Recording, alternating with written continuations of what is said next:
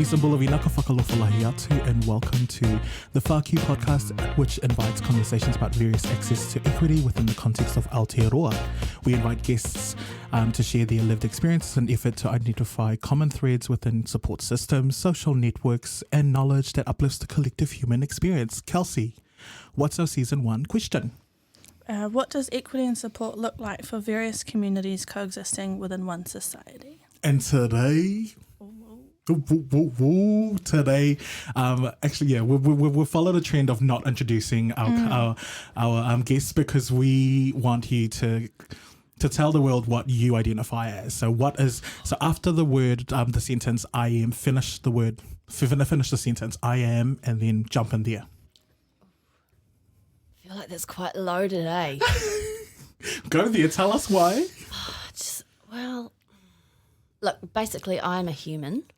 I guess for the context of this particular podcast, I identify as a female. I am married to a man. I am the mother of one child, and I'm a student at Wintec. And I am a dog person. Yes. Yeah. When did you know you were a dog person? Quite early on. We always had dogs. Yep. And I find that I talk to dogs a lot. I'm that crazy person that's like, hello, how are you? To random dogs as I'm walking down the street. It's me. I had a full-on conversation with my dog yesterday. My flatmate was like, what the fuck are you doing? Why are you saying you're going to come give me a cuddle in a couple minutes? I was like, I'm not talking to you. Yeah. I just talk to them like any animal, really, like they're human. Yeah. They are. Yeah, I think they understand a lot more than we give them credit for. Yeah. And sometimes I'm the 100%. only one at home, so, it's better than talking to yourself. Oh, I don't know. I like talking to myself sometimes. Yeah, sometimes there's moments of clarity during that, eh? See, I like that you say moments, because they are exactly that, moments. Yeah. Yeah, so no, that's me in a nutshell. And your pronouns? I guess I go with her, she, hey, you. But you don't mind if... No, I don't mind. I prefer to be Ms. rather than Mrs. because I don't really think my marital status has really anything to do with who I am as a human being. Go there. Yeah. And mum seems to be quite strong. Why do you think, because there's Miss, Ms. and Mrs., but then for our masculine people there's only Mr. Yes. Why do you think that is? Because we need to put women into categories. Yeah. Trash. Yeah. I was literally having the same conversation with my flatmates, is that we don't call girls who are completely flamboyantly feminine sissies. Well, from the Pacifica lens anyways. Yep. We call males who have any sense of femininity sissy. Yep. Or pufta, or any of those other really buzzwordy I'm like, you're so intelligent with your buzzwords. You heard it from your friend and now you're using it. Ooh. Without even really having any idea about what it means. You're just copying it. Yeah. But yeah, so I feel like it's so on the same walk of being like Miss, Ms, Mrs. Yeah. And I mean, and some people love it. Like, they're really proud to be Mrs. whatever. And it's not that I'm not proud to be married to my husband. It's just that it isn't actually my identity, isn't that. Yeah. We're not even married on Facebook. Oh, it's not official then. No, I It's know. not official. He's asked a couple of times. Wait, so there's like the physical proposal in real life, and then there's the internet. I'm like, you haven't made it there yet. No, we haven't. Yeah. I think also traditionally, the Mrs. was an ownership Yeah, thing totally. for men. Yeah. Of that's my wife. Yeah. Not, we are partners. Yeah. It's fucked up. Property. Yeah. Yeah. I mean, that's a whole nother podcast in and of itself, isn't it? Yeah, just a little. Just a little. Yeah. All right, so tell us about the different communities and community that you either still belong to or used to belong to, and so tell us about that and your I journey have through been that. thinking about this a little bit to try and think of a way to to verbalize it in a logical way. So I grew up in fairly conservative Christian environment. Although in saying that, my parents weren't like super consistent churchgoers, but they were in their early 20s and then did the classic use them up, chew them out, spit them out, scenario. So they kind of said sayonara, but I kept going, and I think largely that was so I could be part of a community of teenagers and stuff like that. So I grew up pretty strong in the 90s in the purity culture, which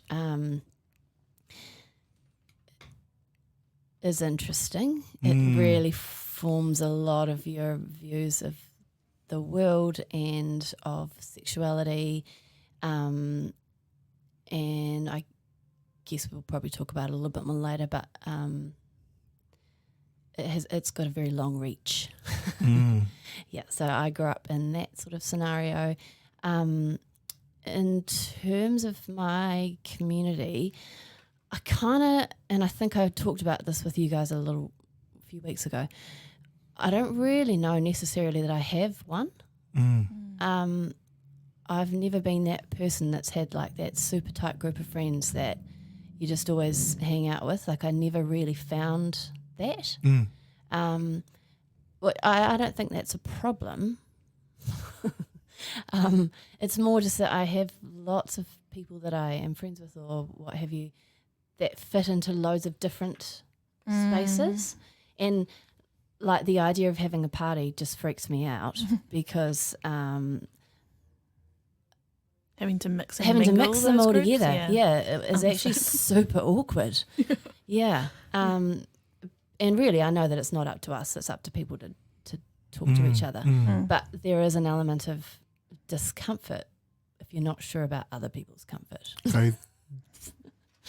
I'm so glad that you articulated that in such a logical way, because I've been trying to figure out what that looks like for me as well. Yeah.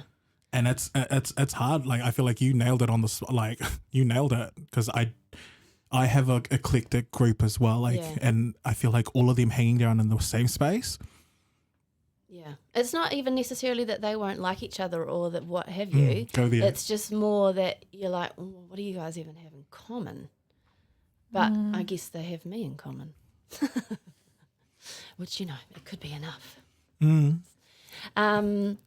Yeah, so that's kind of where I'm at. I feel I don't feel disconnected, but I definitely don't have a tribe or something. I don't know. Our family, we're pretty close to our families. My in-laws actually live on site with us, which is awesome for our son because he gets lots of engagement in that with them.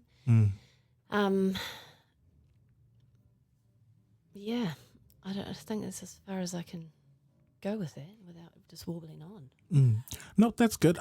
Do you think that you're alone, or do you reckon there's a whole community of people who actually don't feel like they're actively a part of our community? And because I feel like in saying that as well, I heard that you can hold space for a lot of different people, but do they hold space for you? Yeah, I think they must. I mean, for the most part, I think I'm probably one of those people that completely overinvests in relationships. And then what does that mean? I feel like you, like me and Kelsey just took like one big breath, I can identify with that. Go there.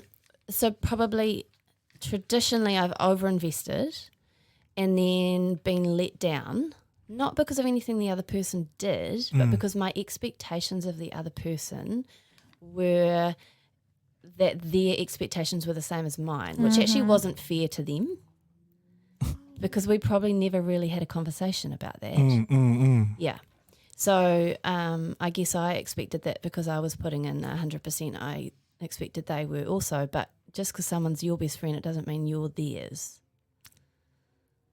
Yeah. So, but whereas now I'm kind of at a place where, so I have a chronic illness, I've got chronic fatigue syndrome, which is fine because on the outside I look fine, as you can see today. You can have a look at the picture after listeners. But what it means is that on the inside, my body is constantly thinks it's fighting the flu. So my fatigue levels kind of elevate and dissipate, sometimes on an hourly basis, sometimes on a daily basis, sometimes on a weekly basis.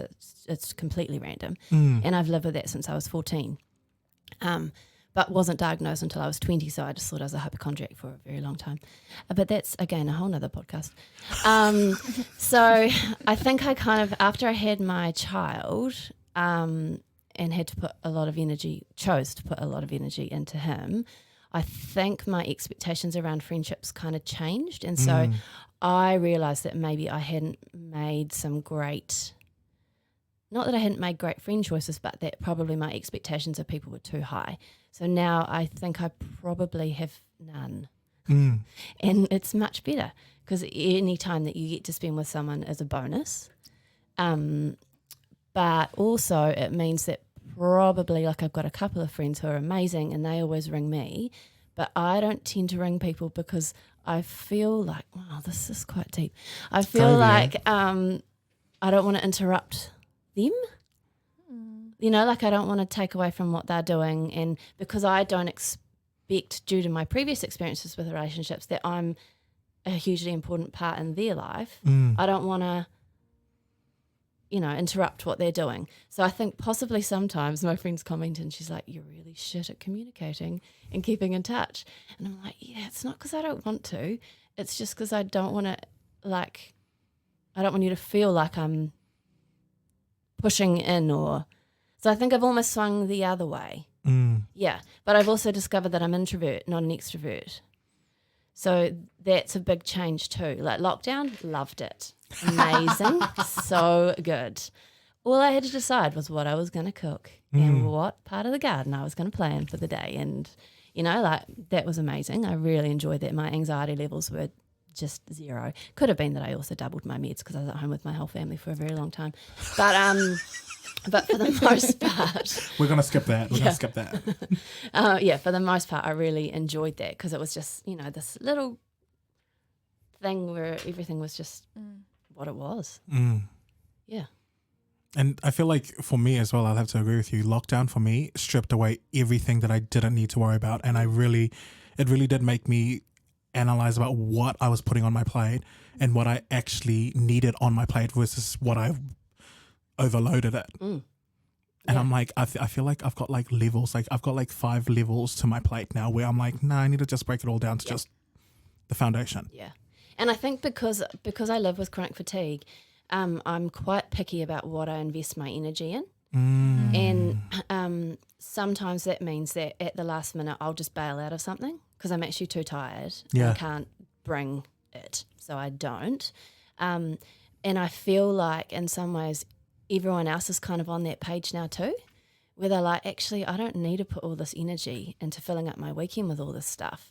And it's actually quite refreshing. And a lot of people have said, you know, I feel like suddenly all the pressure to be involved with this and do that and blah, blah, blah, blah, blah just isn't there now. And we realise that we don't have to be so busy, which is something I've always thought. I always have been quite frustrated with people who you meet and you're like, hey, how are you? And they're like, oh, so busy. Straight away, I just think, well, you've got really shitty time management skills. Like, to me, that's not a kudos. It's not like a, wow, you're such an important human being. I love that. It's just actually, you suck at saying no. Yeah. Or like prioritising what you actually want to invest your energy into. Yeah, totally. I totally get that. I hate when people say, oh, I'm so busy. I'm like, cool. Yeah. What do you want me to do with that? Yeah. Congratulations on overcommitting yourself. Yeah. Cool. Have fun with that. Honestly, I hate it so much. I'm in love with this conversation only because I've literally had to do a mental shift like within the last half year of like, instead of saying I'm busy, I'm like, I'm distracted. I'm distracted with all the things that I don't want to be distracted with. I'd rather be busy doing the things that I want to do. Yeah. And I've been telling everybody, like every time people ask me, I'm like, I'm distracted doing work stuff to pay my bills. Like I'm distracted doing like favors for other people when really I want to be, I'm like, I kind of want to be selfish. Yeah. And I say that because I feel like for me, I haven't been selfish enough, but I wouldn't like, don't take me out of context and don't come for me. Like, but I love the whole aspect of actually saying, what is it that's busy? And then it's like, when you're saying you're busy, it's like, I'm busy, which means I'm important. Yeah. When actually, I don't think the definition of busy is important. I think it's people say that they're busy so they feel important. Yes. Totally. Stop. They're not ready for this. They're not ready. No, you're absolutely right. Yeah, in my opinion. In my opinion, which governs the whole society. You just want to feel important. Yeah. Moving on. Yeah. Wait, so what support is there out there for help me again? Chronic fatigue. So none really. You basically, it's a label they give to people who don't fit in a box for any other illness. So I couldn't even tell you what my symptoms are now because I've been living with this for longer than half of my life. So my lived experience, I don't even know what the alternative is. Yeah, but it's so obviously diet, exercise, all of that kind of stuff has an impact on it. But what I find too is that I will be as tired from going for a walk as I will be from this conversation. So it's not just the physical, it's the emotional stuff that's really tiring as well. Yeah. Which is fine because I this is important and it's fun. So, you get a bit of a payoff. And interestingly, my child has only just figured it out. So I feel like I've done quite a good job for the last however many years. Because sometimes he'd be like, can we go and do blah, blah, blah? And I'm like, no, I actually just need to go home. I'm really tired. And then he said to me maybe a month ago, he's like, why are you always tired? And I was like, well, I have this thing and blah, blah, blah. And he's like, oh, okay. And then something or other the other day came up too because he has to take medication every day. And something came up and I was like, well, I have to take mine as well. And he's like, well, what do you take yours for? And I was like, well, for my brain. And he's like, well, what do you mean? And he goes, I said, well, because my brain doesn't make enough serotonin. So sometimes I feel really flat because part of the side effect from his meds is that he feels flat. And so he's like, well, what does that do? And so I explained what it did. And he goes, oh, well, you should take more of that because you're quite grumpy. Oh, that's so Honestly, good. Love that. If only it was that easy. I'll just take a couple more today. Really it good could night. be due to our current conversation as to why I'm grumpy. You could have part of to do with it. So he's 10 now. And, and I think I'm quite proud of myself that I've got to this stage before he's really sort of started to realise the implications of it. So I feel like I must have done an all right job of napping during the day when he's at school. Because he probably doesn't know when you're resting and re-energizing, right? Yeah.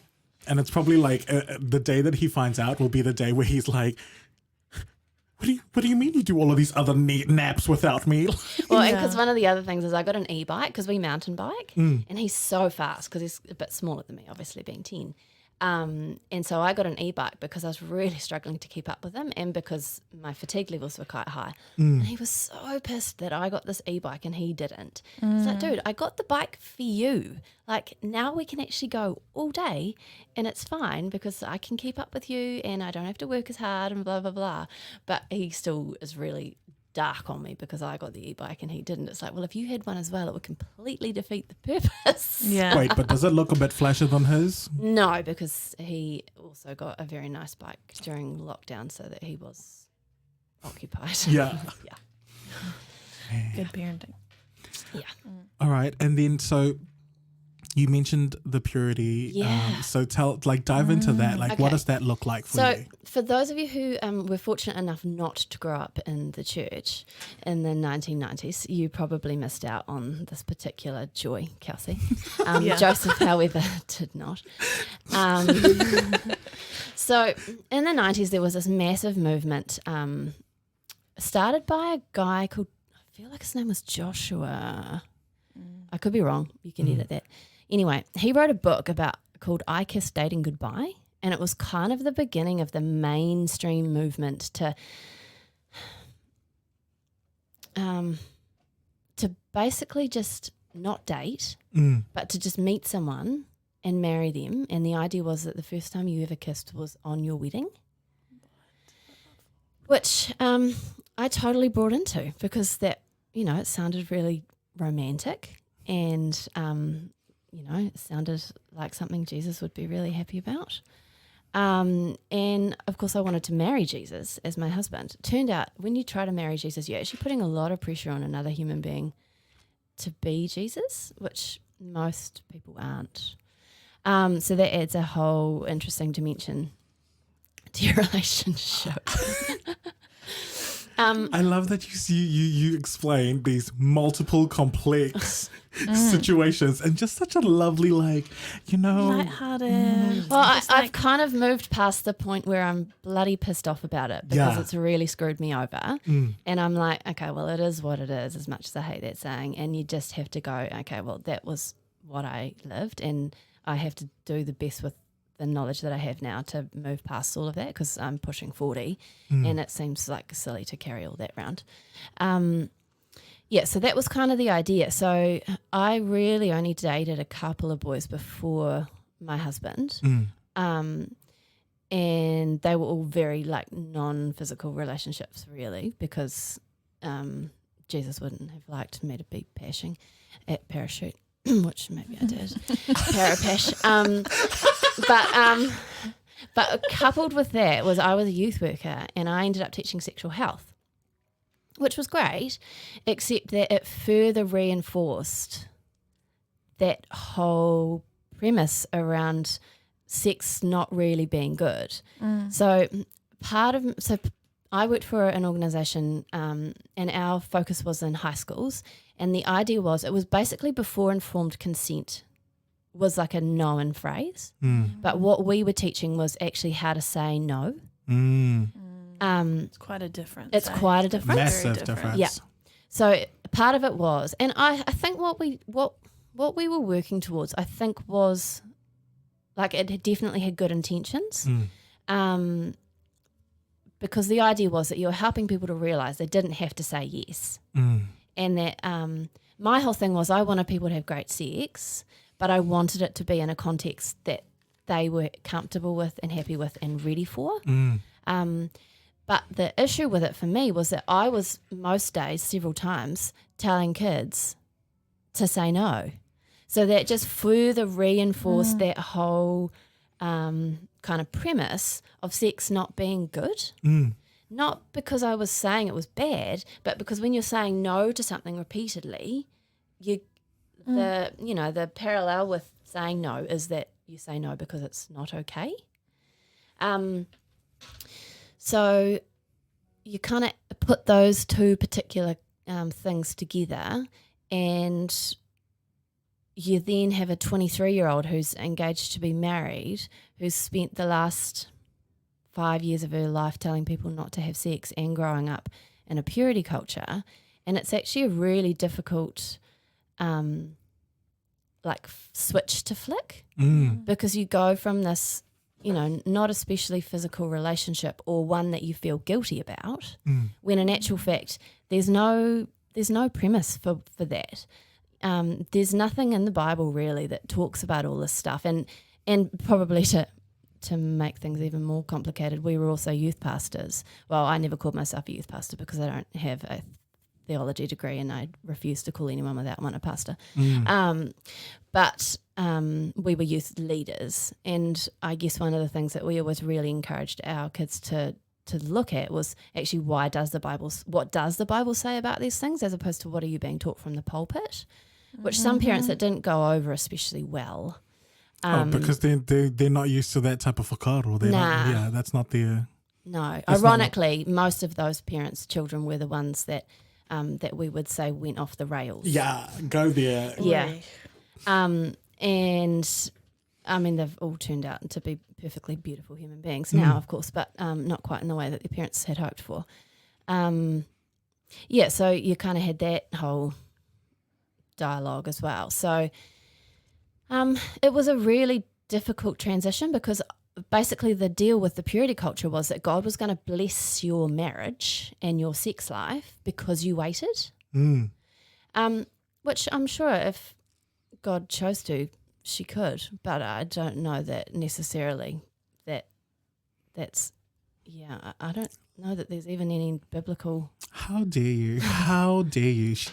I'm going to rewind because I feel like everybody, if you missed that, God, she referenced in a she perspective. And I mean, I'm like, thank you for just doing that and just being that, because I'm like, yo, ever since a kid, I've always been like, why is God a he?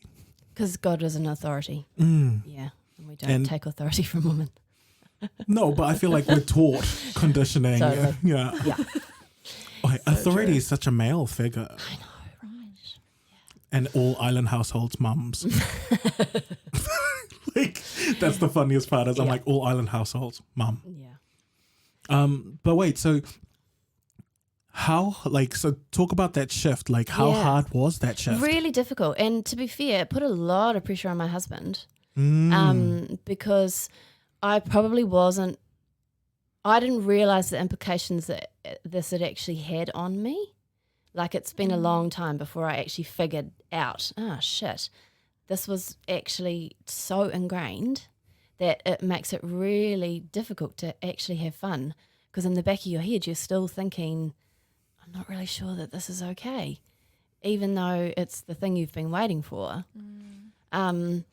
So I definitely have not made that particular element of our relationship easy. But in the same instance, because my husband, he did grow up in the purity culture, but not so deep in it. He was engaged to a woman and lived with someone before we were married. So to be fair, that added a whole nother layer of complications to that, because part of the deal with the purity culture is that I'm going to wait for marriage, and so I expected that someone else would also do this. I would be blessed in kind. Turns out that's not actually necessarily true and or necessary at all. And that also goes back to what you're experiencing in your friendships too, of you are doing this, so you expect your friendships to be doing the same. Yeah, so I had all this massive resentment for my husband for stuff he'd done that had nothing to do with me. But trying to get your head around that as a 25-year-old who's been so ingrained in the church for such a long time, where you totally believe all of this bullshit, is pretty difficult. I wouldn't say that we've completely overcome it, even though we've been married 16 years. But I definitely think in the last sort of 5, it's been much better. And in part, that's because of some of the people in my community who have made massive shifts that I sort of started making myself 10 years ago with regards to how I view religion and all of the values that go with that. My brother and I are pretty close in age, and mental capacity as well. Yeah, he's one of my favourite people. Yeah, cute. I've got 2 brothers, just to be clear. We won't name which one. But and often we share crazy little things that we've seen on Instagram, and we're like, oh my gosh, that so talks to this or what have you. So that's been pretty cool, having that sort of relationship where we can reflect on stuff, and that's been really encouraging. And I think there's generally the internet has been extremely helpful in kind of delving into a lot of this stuff in a way that is helpful without being too confrontational, because it's online.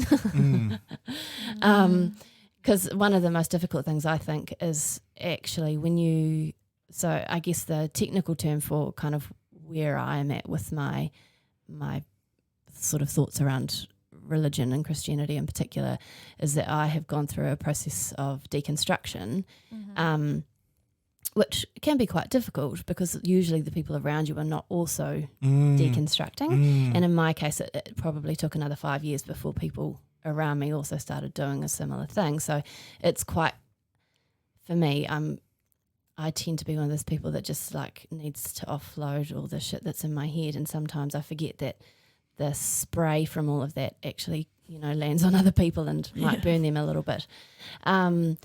So I had to realise actually you just have to let people run their course, and you can watch them and they're going to get burnt and spit out from the church, but you've got to just let them figure that out for themselves, because the more you talk to them about that stuff, the harder they're going to fight you to not be that statistic. Thank you. Can you just say that one more time? I feel like that as a whole concept, we need to amplify that, because the more, like, I've had a struggle with that as well, like just trying to meet halfway. Yeah. I think sometimes you can't. Nah, you're you right. just actually have to just watch it, and you're like, okay, I know I'm going to be there at the end, and at the moment they might not really like me very much, so I'll just keep my mouth shut and just wait. Did you come to this by yourself, or did you have to go to To be fair, I found counselling quite unhelpful. Oh, so you tried the counselling route then? Yeah, I did.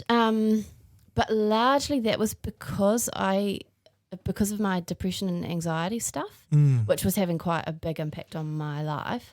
And then also it sort of tends to overflow into your marriage and your sex life and stuff as well. But for the most part, I've just had to do this on my own, because there really wasn't a community around when I started processing all of the stuff that was able to talk to this. So to be fair, a lot of the stuff that I have worked out over the years, I'm now hearing from like people of authority through podcasts and what have you, which is nice, because it what's the word? Like reaffirms. It reaffirms kind of what you're thinking, which I know that if you listen to things that are like you, that you can always get reaffirmation in your particular line of thinking. But it is. You're so smart for that. Like, you were so smart for that. But yeah, I think everyone's on their own little journey, and it's all going to be different for everybody. But I wish that it was one that I hadn't actually had to partake in, because it has made life quite difficult in some ways. Yeah, which I was expecting to be blessed in spades, and instead I feel like actually I maybe got the opposite of a blessing. Well, a blessing from their perspective anyways. Like, I feel like, come on, they really painted it, spread it wide, how like the promise. Yeah. That promise was glory and bountiful. Do you know what though? The guy that wrote I Kissed Dating Goodbye, last year he took it all back. I'm sorry, I might have peeked there, but yeah. Wait, so what do you mean by he realised that he had some errors, and that actually it wasn't a great idea.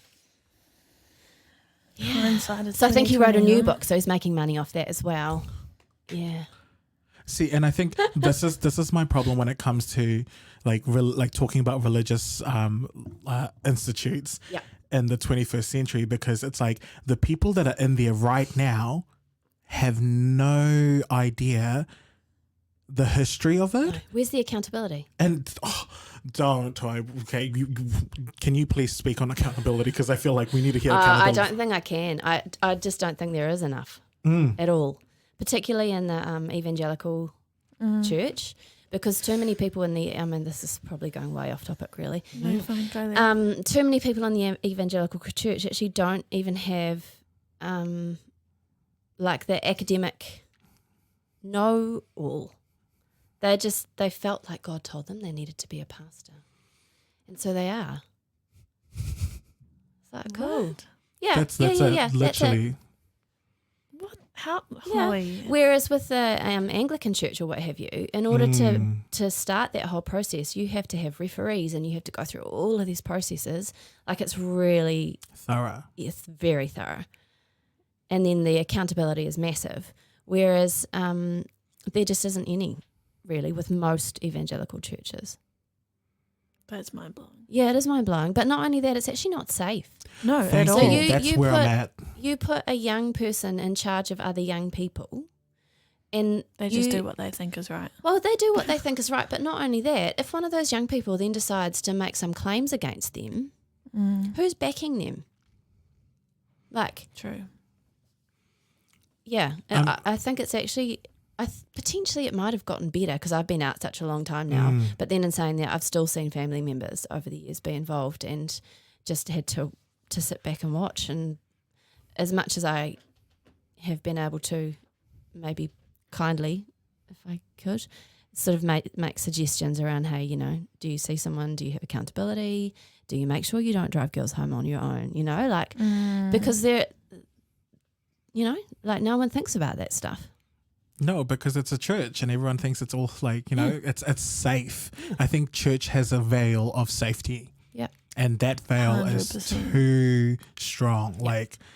I have nothing against people who are in church, but I think when we look at the history of church as an institute or as a body of knowledge, completely different view. Yeah. And I think we need to look at all angles as well as I'm not saying that I want churches burnt, but I feel like some areas where the jurisdiction, because I feel like when it comes to areas of like mental health and rape or any of these sexual allegations, all of those areas, I'm like, you need to tap in somebody who's, because speaking from my own experience, I've heard personally of people go to their pastors, say this, and they didn't call the police first. No. They didn't call the police to report an issue. They didn't call counselors to wrap around, and they didn't do the whole, well, basically ill-equipped to actually handle that completely. Scenario. Yeah. And that's the part that I'm like,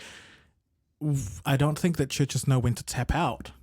No. You know, and it's because they're the authority. They're the authority in that space. And in my head, I'm like, I'm sorry, but in the real world, there's some real repercussions that happen when you don't follow the processes that are at play to actually support the victims in the scenario. And that's the part where I'm like, yeah. But and saying that from the get-go, like imagine going to Sunday school and like I'm so excited, I'm so happy to be a part of this kaupapa, and I'm sitting there and then they tell me straight in my face, like, you know, marriage is between Adam and Eve. And in my head I'm like, not Adam and Stu. Yeah. Yo, I had to learn that when I came to New Zealand. Yeah. But knowing that at a young age and sitting there and feeling completely non-belonging to this community, and that's the only community that I know. Like that's my lived experience of being like, okay, well, you're telling me from the get-go that I will not ever be a part of this community. And I totally grew up believing that because that's what I was told. Yeah. I don't even remember when I started to think that actually probably it was rubbish. I think it just kind of happened. Naturally. Yeah, I think so. I think I met people who were Adam and Steve. And I was like, actually, you're a really good person. And I don't think I want to believe in a God that would think that you're, you know, condemned to hell. And if, I think if it's a thing. Yeah. And I think just the queer issues with the Bible and with church issues, I feel like that's low hanging fruit. Like it is. Like human issues with the church, that's where I'm like, where's the space where we talk about this? No, we don't. Yeah. Well, maybe they do now. It's been a while. Yeah. Well, I even saw that some churches were tackling the case of racism. Oh. And especially after the Black Lives Matter movements, some churches in 2020 were tackling race issues. And in my head, I'm like, how convenient, because it's relevant, you know, it's with the cause. We need to all talk about it. But the catch-22 is like, I'm thankful that we've actually started to talk about it. But I'm like, in 2020. Do you think that though those churches are starting to feel guilty for colonizing Indigenous cultures? Like, my understanding of the world is that white people were like, we'll go to all these natives who don't know God, we will save them. And now maybe they're like, oh shit, maybe we shouldn't have done that. I don't think most people have even thought about it. Nah. To be honest. Go there. No, I just don't. Yeah. I don't think they make the connection between their ancestors and themselves, and actually being a part of all of that. Yeah. Because religion is only in, Western religion is only in New Zealand because of because of colonization. Yeah, of course. Yeah. military, missionary, and the masses. Yeah. That's how they colonized a lot of indigenous folks. And the missionaries, like, this is the weird part, and it's like some missionaries actually were so freaking good and advocated for the indigenous folk and learned the language and actually had a heart for the people. But the majority of the work that was done was to kind of erase and save the natives and the primitives. Save them from themselves. Go there. Yeah. Because they want to, like, our way of life is the best way of life, and we want to share that with the world. Yeah. You've talked about, like, religion, just a little. Yeah. Do you think that there's a difference between religion and faith?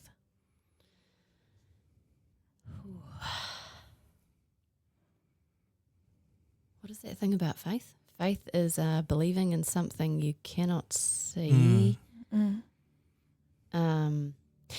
Absolutely. I think there is. I think like religiosity in and of itself and faith are two completely different things. I think faith for me is a bit more gentle, and it's more about actually actively living what you believe in your religion, perhaps. If I zoom out and like jump into philosophical lands, I feel like everyone has faith and their recipe or their ingredients, which is the religious part. Because I feel like religious, for me, is like ritual or routine. So I'm like, having faith, everyone has faith. But like, so that's why I had to kind of like jump outside of religious world into philosophical land, because if I describe it from religious world, there's a massive difference there. But like, if I just describe from a philosophical lens, everyone's got faith that they're going to do something in that day or do something in that year that the to sun change. will come up. And then the ingredients to that is the religious part, which is they're redoing things in a ritual or routine. And that part where I'm like, okay, I completely agree with you, because everyone's got faith in something. They just, like, I guess we don't want to attach it to religion because religion's got such a beautiful, complex background to life. But and say, like, going back to what you're saying, it's like religion, spirituality. What like, is there a connection there? Is there faith and spirituality? I actually think for the most part they're the same thing wrapped up differently. Go there. Yeah. I think it just depends on your worldview. So some people think of themselves as spiritual.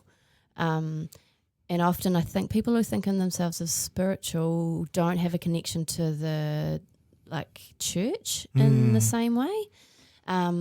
Whereas people with some sort of a church-based connection would think of themselves as having a faith. Yeah. I identify with that. I think that I'm more of a spiritual person, and my experiences within church is quite limited. So what would your current standings be? Like, would you be an atheist, a believer? Like, where are you in that current space? I've tried a few times to put myself in a box, just because it seemed like the cool thing to do. But I haven't really found one that fits. My dad always said he really likes Jesus, but he's not too keen on his friends. That's brilliant. I feel like I want to hang out with your dad. Can we talk to your dad? Yeah. Yeah, so, and I think I, as simplistic as that is, I do probably think that's quite true. But I think probably in terms of what I think Jesus is probably different from what I grew up thinking Jesus was as well. Yeah. No, yeah. And what about you, Kelsey? What was the question? Like, what are you an atheist? Are you a believer? Are you? I like have my own relationship with some kind of higher power. And I don't try to label it. It's just what it is, and it changes and it's fluid. And sometimes I'm more engaged with it than I am at other times. Yeah, that sounds pretty awesome. Yeah. And it doesn't always have to be some kind of spiritual higher being. Like recently I've been really enjoying the atmosphere or like the vibe of when I'm just like doing mahi on my computer, but I have like all my candles lit and some incense going. And that's just kind of like a mental like chill space where I can just be. Yeah. So I'm really enjoying that at the moment. I think I find, like, just as cheesy as this is going to sound, just actually being in the garden and being amongst like trees and the animals and like I guess that's kind of there's a whole line of thinking around it, but I can't even think of what the word is now. I kind of feel like if there is a God, it's in everything. Love it. Yeah. Love it. Because I'm currently leaning towards omniist. Yeah. So if you're not familiar with what that is, Kelsey just gave me a face like, huh? What is that? So someone who doesn't believe in one religion, but at the same time sees multiple truths in all of them. Yeah. So for me, I feel like depending on your lens, you can see, like, I can read any religious text and like whatever my whakaaro is or my worldview is, I can amplify it to whatever, like to whatever it suits. So to me, I guess I'm very similar to you in terms of I've been literally going into nature and just I'm about to be able to talk to like trees and like just tell my woes to trees and the ocean. So I'm going to the ocean soon and just doing this practice. So I learnt it from the uni, and shout out to IFMIS. So that's the Faculty of Māori and Indigenous Studies at uni. But they have this thing called Go and Tell the Moana. Oh yeah. And I'm like, that's freaking cool. Yeah. Like if I don't have my ancestors or my grandparents to talk to, I'm like, they're ingrained in all of these like big bodies. So I'm like, I'm definitely seeing the strength in that, because I feel like consciousness, I've been speaking about consciousness for a little bit, but I'm so infant in my understanding of what consciousness is. But plants and consciousness is just such a beautiful thing. Yeah. And I love the fact that I've slowly dived into that space, but it totally backs, like, there's scientific evidence to back what you're saying. Yeah. And there's lots of interesting Buddhist practices around all of that too. So boom. But to kind of go back to the original purpose for your podcast around sexuality, I guess where I'm at now is I have a 10-year-old child. So what do I do with what I've learnt, and how do I help him to make good choices that probably aren't the choices that I would have made with the information I had? So how do you cross that bridge and get to a place where, because I don't want to be judgmental of him, but I want him to have a good time that maybe I didn't have, but I need for him to be respectful of other people and be respected by other people. So how do we now develop a framework for me to be someone's mum who's going to now move into that space in the next however long? Yeah. Yeah, I don't know the answer. So if you've got any, Joseph. No, but I feel like, that's such a massive, like, literally that's a fuck you topic, because to me, it's like knowing all of these things doesn't make me feel better, because I have to live in this space still. But then also the fuck you moment is, how do you transfer this, like, all, it's like succeeding generationally, the knowledge that you've learned without limiting your child or without choke holding them and or being a helicopter parent. Yeah. And I feel like, I like, thank you for bringing that to my mind, because I've always been critical of my mum, but then in my head I'm like, my mum wasn't the best equipped. No, she did what she could with the information she had. And I'm like, you're totally challenging me, because I've always wanted to be a father. And in my head, I'm like, this question, literally, I am so clueless of. Yeah.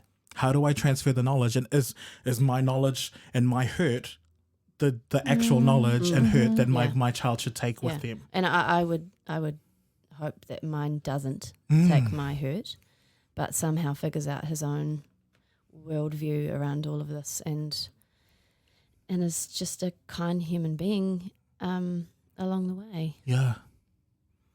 Turns out better than me. I feel like that's the number one goal. But also, what are your thoughts around coaching and being a mentor as opposed to being a parent? Or do you think that that's the same thing or should be the same thing? I think it depends on your kind of philosophy on parenting. True that, actually. Yeah. I often say to my child when he's like, no, I don't like you. And I'm like, well, I didn't have you so I could have more friends. That's brilliant. That's amazing. Yeah. That's so good. Can we have more parents that are just straight up like you? Because I'm like, I feel like you're literally leading in parenthood right now because I'm like, you're just honest. Yeah, so I don't know. I think it depends on, because obviously in my case, there's two parents. So we have to try and figure out how to make that work for both of us, for him. Poor child. All right, so what are topics in the whākū that have been sitting there for you that you want to bring out to the front? Maybe you can tell me if this is relevant, but how to be kind to our guilt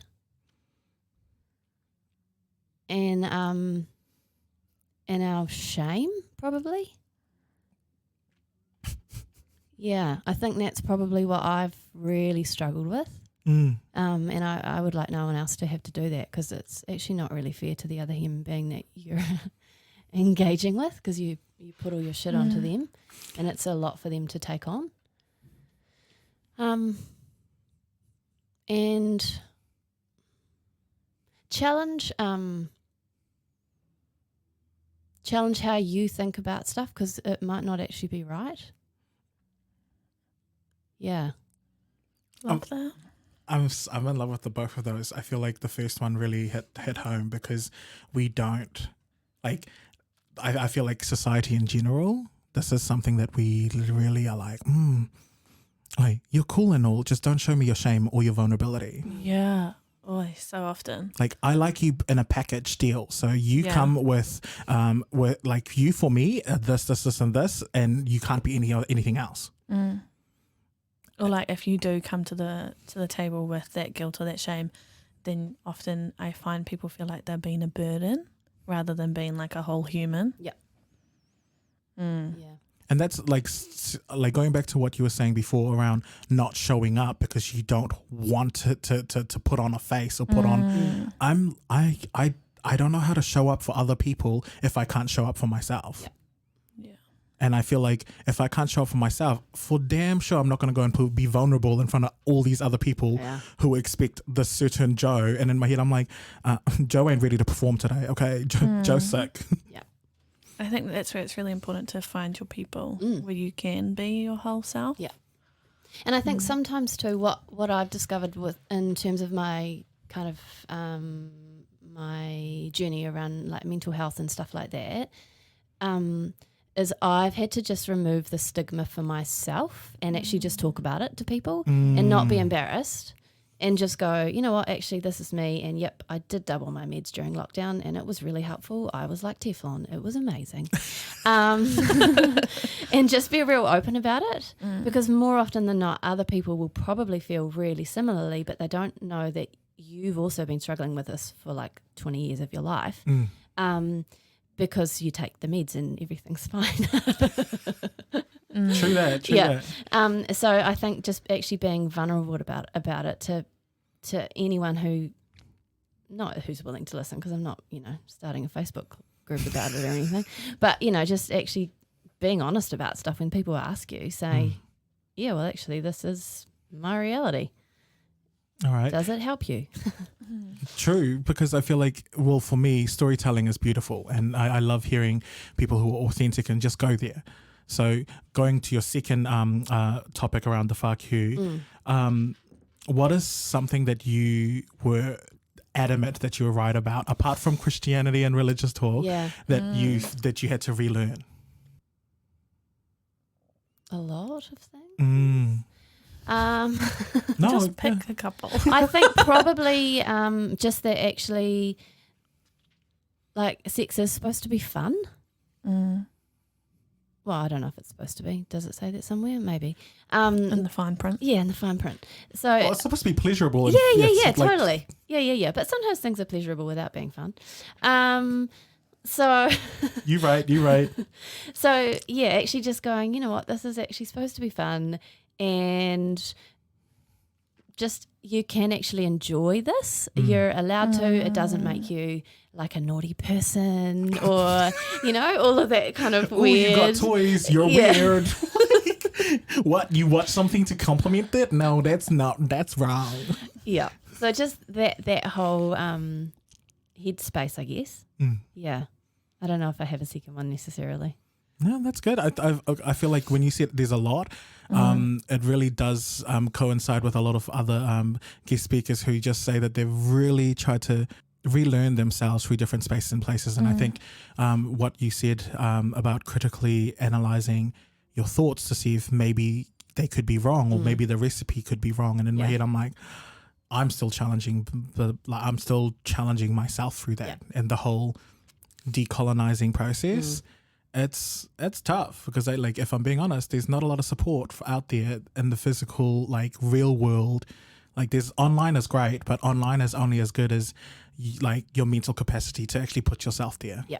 But I do have my meme friends, so I love whenever I see some memes that I really like, I'm like, oh my gosh, I need to share this with somebody. Yeah, totally. And I'm like, I've been invited to this really it's all about humor. Yeah. So all of the memes are left, they're super left in terms of being I don't think anyone else would find this funny because it's hitting on all the inequities in society, but somehow I'm this is the funniest shit ever. I haven't seen any racist or homophobic stuff there yet, but cool. I feel it's that border, that fine line between humor and bigotry. Yeah. But yes, anything, what would you say would be your biggest advice to give to, let's say, 23-year-old you? Wow. As our last farewell. It's quite a big question. Well, you said that 23 was when you just got engaged, right? Yeah, totally. I don't know if there's actually anything I could have said to me then that would have made a difference to me. I think sometimes you just have to live through the shit to come out the other side. So probably I wouldn't be me now if I had been able to go and tap me on the shoulder and no go, regrets. Yeah, I mean there are some, but Whoa, no, there are some. Yeah, there definitely are some. Things could have been easier, but I guess if things had been easier, I wouldn't have turned out to be me, and yeah, so I don't think there's really anything I could have done to prepare me. Maybe just give myself a break, a little bit more. Yeah, don't put so much pressure on myself, because everyone else is already doing that anyway. So, True that. Truth. Yeah. All right. Sorry, I've got one more question. Sorry. Yeah, sure. How do you hold space? Because I feel like I've met a lot of different people, and you hold space for anyone that you're talking to differently. So to me, I'm like, what is your recipe to holding space? Is it because your lived experiences, or someone taught you how to hold space, or your son or your family? If I'm being honest, you know how to hold space a little bit more better than other people that I've met. That's very kind of you to say. I actually just really like people. For except the introvert.